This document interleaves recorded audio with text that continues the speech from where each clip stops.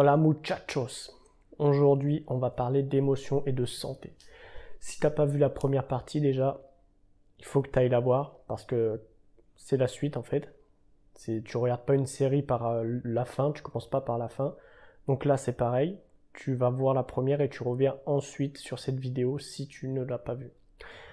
En revanche, si tu l'as vue, eh ben prépare-toi, assis-toi parce que je peux t'assurer que tu vas tomber.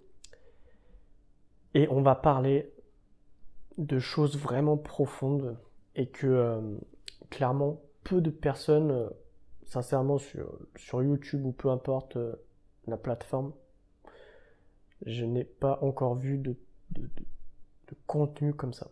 Donc on va commencer dès à présent. Donc ce qu'il faut savoir, c'est que notre soi, nos émotions, notre santé est stimulée par deux facteurs principaux de ce que j'ai pu retenir ou de ce que j'ai pu voir tout simplement pour être en bonne santé. Donc de base, la base de la base, tu as l'alimentation. Si tu manges de la merde, même si tu manges de la merde et que tu fais croire à ton corps que c'est bon, ça reste de la merde. Tu vois, c'est qu'une illusion, c'est une mascarade. Voilà. C'est comme si tu prenais de la merde, tu vois, tu dis oh putain, un putain de burger et tu croques dedans. C'est quand même de la merde que tu manges. Faut pas croire.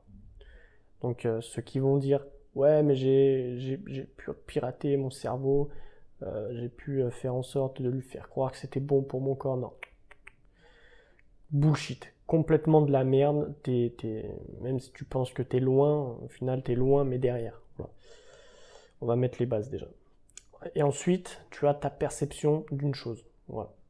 Ça, c'est ce qui peut par la suite faire en sorte que tu es en mauvaise santé. Ou que tu as des problèmes, on va dire. Et si tu es en mauvaise santé, il y a forcément un des deux qui merde. Et le truc, c'est que l'alimentation, c'est que beaucoup pensent qu'ils mangent correctement. Mais en fait, non. Quand tu vois des gens qui bouffent des M&M's, quand tu vois qu'ils mangent du coca, qui mangent tout le temps de la viande rouge, qui mangent pas du tout de légumes, que des féculents, des frites, des pâtes, tout ça. Arrivé à un moment, ils ont des tendinites, mais ils comprennent pas. Ils sont là, mais pourquoi j'ai des tendinites? J'ai mal au bras et tout. Putain, j'ai mal au dos. Puis arrivé à un moment, tu arrives à avoir des complications un peu plus importantes, vraiment. Mais tu continues parce que tu penses qu'en fait tu fais bien, tu vois. Tu prends des trucs de merde, tu manges tout le temps. Mais en fait, c'est seulement parce que tu manges de la merde qu'il t'arrive d'avoir des tendinites, des complications, tout ça, tu vois. Sauf que tu t'en rends pas compte. Sauf qu'on pense qu'on mange bien, et donc on prend pas en fait conscience du fait que notre alimentation, c'est de la grosse merde sur 80% de la population. Peut-être un peu moins, mais bon, c'est toujours la loi Pareto, tu vois. 80%, 20%, tu connais. Et pourquoi en fait le Covid, tout simplement, il y a eu un gros truc autour? J'ai des amis qui ne l'ont pas eu, tu vois. Mais arrivé un moment, on s'est posé, on s'est dit, mais pourquoi nous on l'a pas eu? Qu'est-ce qui a fait que nous on l'ait pas et que d'autres personnes les ont et tout ça? Ils ont dit, bah nous on a une bonne alimentation, on apporte ce qu'il faut à notre corps, on lui donne des bonnes défenses immunitaires, tout ça. Et puis ensuite, des personnes qui sont en réanimation et tout, j'ai eu quelques retours de personnes que je connais qui travaillent dans des centres de réanimation pour le Covid, tout ça, et qui m'ont dit clairement, les gens, en grande majorité, t'as toujours des exceptions, tu vois, tout n'est pas blanc ou noir, mais en grande majorité des cas, c'était des personnes obèses. C'était des personnes âgées, parce que le système immunitaire, il est affaibli.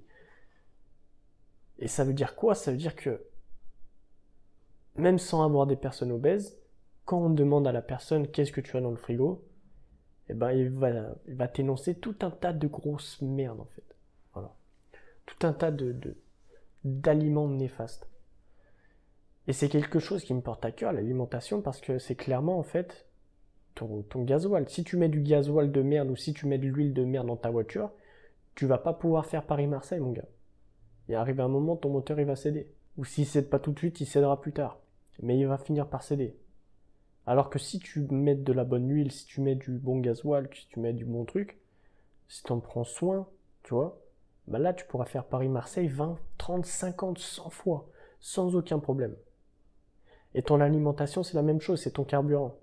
Pense pas que tu vas pouvoir vivre 100 ans si tu manges comme de la merde. Pense pas que tu vas avoir aucune complication, que tu n'auras pas de tendinite, que tu n'auras pas de problème de santé en fait, si ton alimentation c'est de la merde. Il faut se dire, ok, il y a un truc qui s'est passé, c'est que la nature a, comme par hasard, mis des fruits et des légumes, ok. Et ben pourquoi ce que je mange en fait n'a rien à voir avec la nature? Tu vois, il y a juste ça. Pourquoi tout ce que je mange est d'origine industrielle alors que moi-même je suis fait naturellement? Encore, j'aurais été fait industriellement, j'aurais mangé des choses industrielles. Mais tu vois, si t'es fait naturellement, tu manges des choses naturelles. Ça veut dire qu'il y a quelqu'un, ou l'univers, ou Dieu, ou peu importe, qui a fait en sorte de mettre ça pour toi. Pour que tu puisses te nourrir.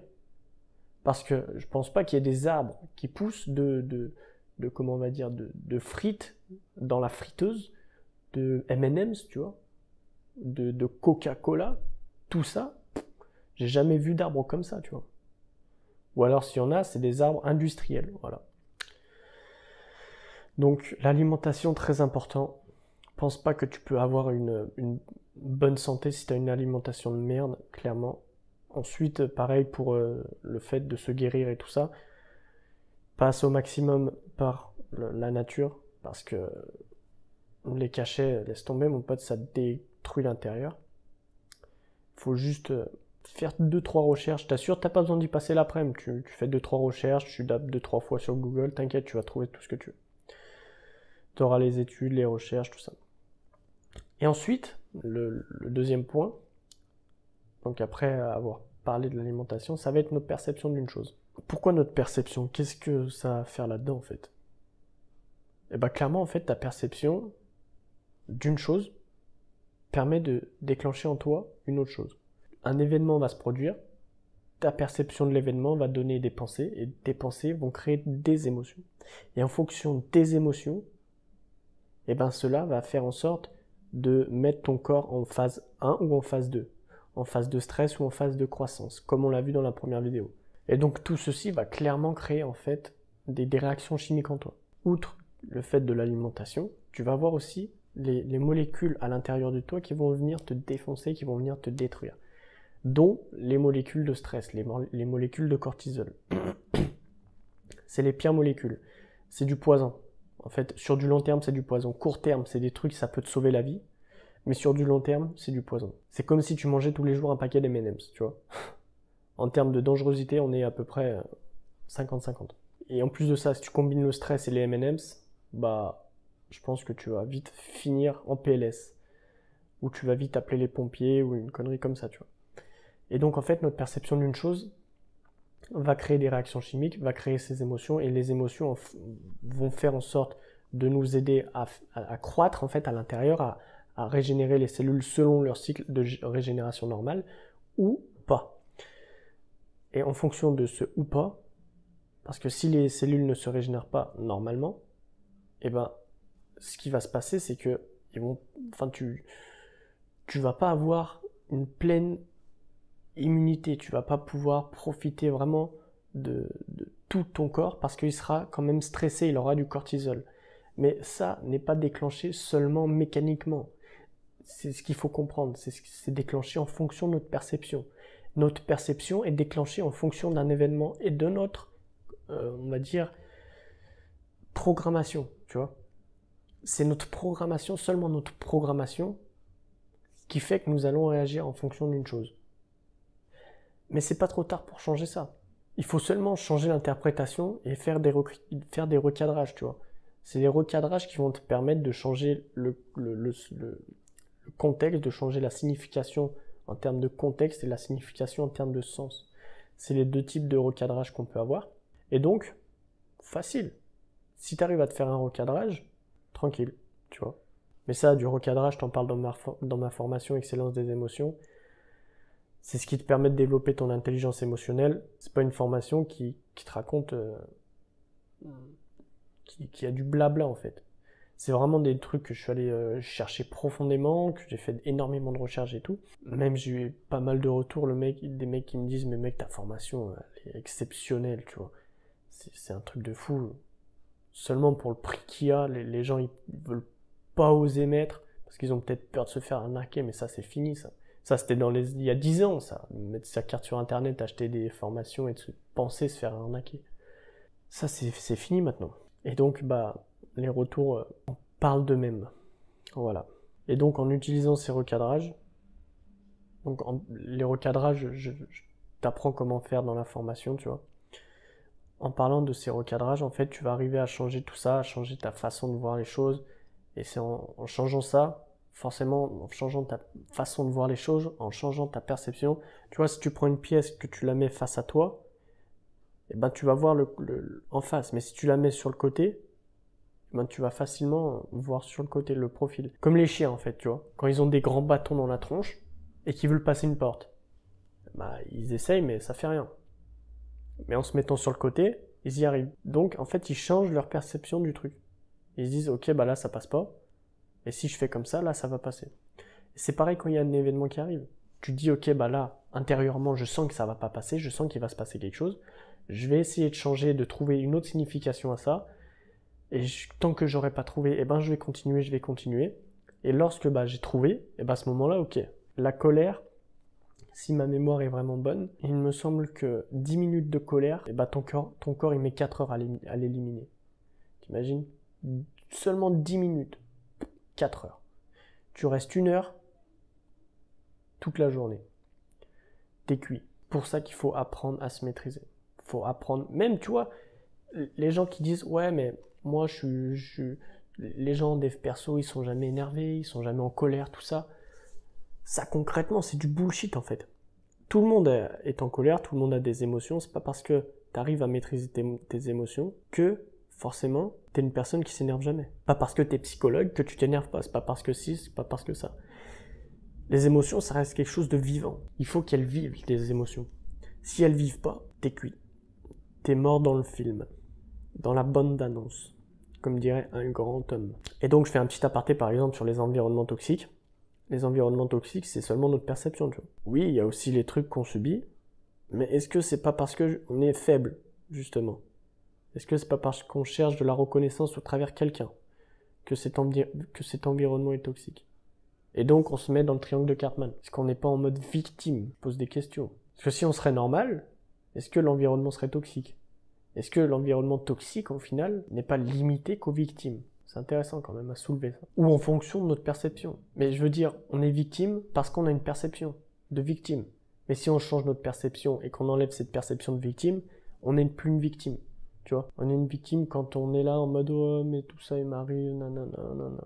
Mais si tu changes ça, si tu dis ouais mais si ça m'arrive c'est parce que l'univers m'envoie, il a confiance en moi, tu vois. S'il m'envoie ça c'est parce si quelqu'un m'envoie ça c'est qu'il sait que je vais pouvoir arriver à passer au-dessus. Parce qu'il sait que je suis fort. Tu vois, si tu te dis ça, au lieu de te dire par exemple ouais la vie, ouais le machin, bah, déjà dans ta façon de penser, dans ta perception des trucs, déjà tu vas avoir la hargne, tu vois.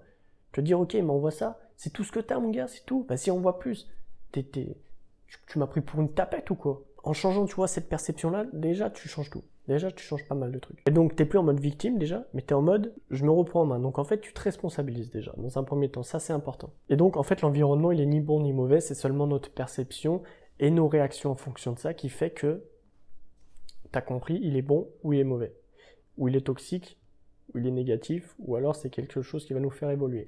Pourquoi les personnes qui ont, lorsque elles sont sorties de l'environnement toxique, si elles ont un bon mindset et une bonne force spirituelle, disent tout le temps, eh ben, peut-être que ça a été l'environnement le plus toxique de ma vie, le plus négatif, mais c'est celui qui m'a fait le plus évoluer. Donc en fait, est-ce que c'est bon ou est-ce que c'est mauvais? C'est mauvais parce que ça t'a fait souffrir, mais peut-être que derrière cette souffrance, ou peut-être que c'était voulu cette souffrance, pour que tu puisses faire voir le meilleur de toi. Parce que comment tu peux faire voir le meilleur de toi si tu n'as pas souffert? On doit tous passer par cette phase-là, et c'est dans cette phase de souffrance que tu te découvres. Parce que tu n'as plus rien. Parce que tu n'as aucunement... Enfin, tous tes repères extérieurs sont complètement tombés par terre. Et donc, toutes les illusions que tu as pu te mettre, tu vois, tiens, je me mets un tableau illusion, tiens, illusion de tac, tout ce que tu as pu mettre comme tableau, c'est tout tombé. Donc maintenant, il faut que tu reconstruises tout. Mais vu que tu as appris, parce que c'est learning by failure, vu que tu as appris de tout ça, qu'est-ce qui s'est passé?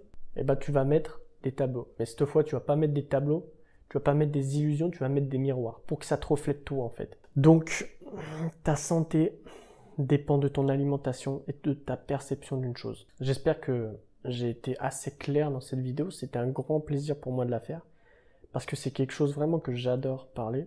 Je pense que tu as dû le voir parce que la vidéo elle va durer, je pense, un bon moment. Et si tu as 2-3 requêtes à me faire parvenir, n'hésite pas à mettre ça dans les commentaires parce que moi j'adore échanger avec ma communauté et tout ça. Et pour toi qui est resté jusqu'à la fin, tu peux cliquer dans le premier lien dans la description.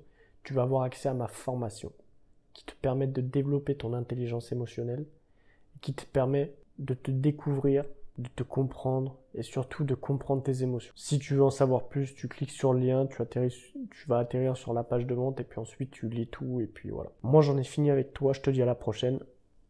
Ciao!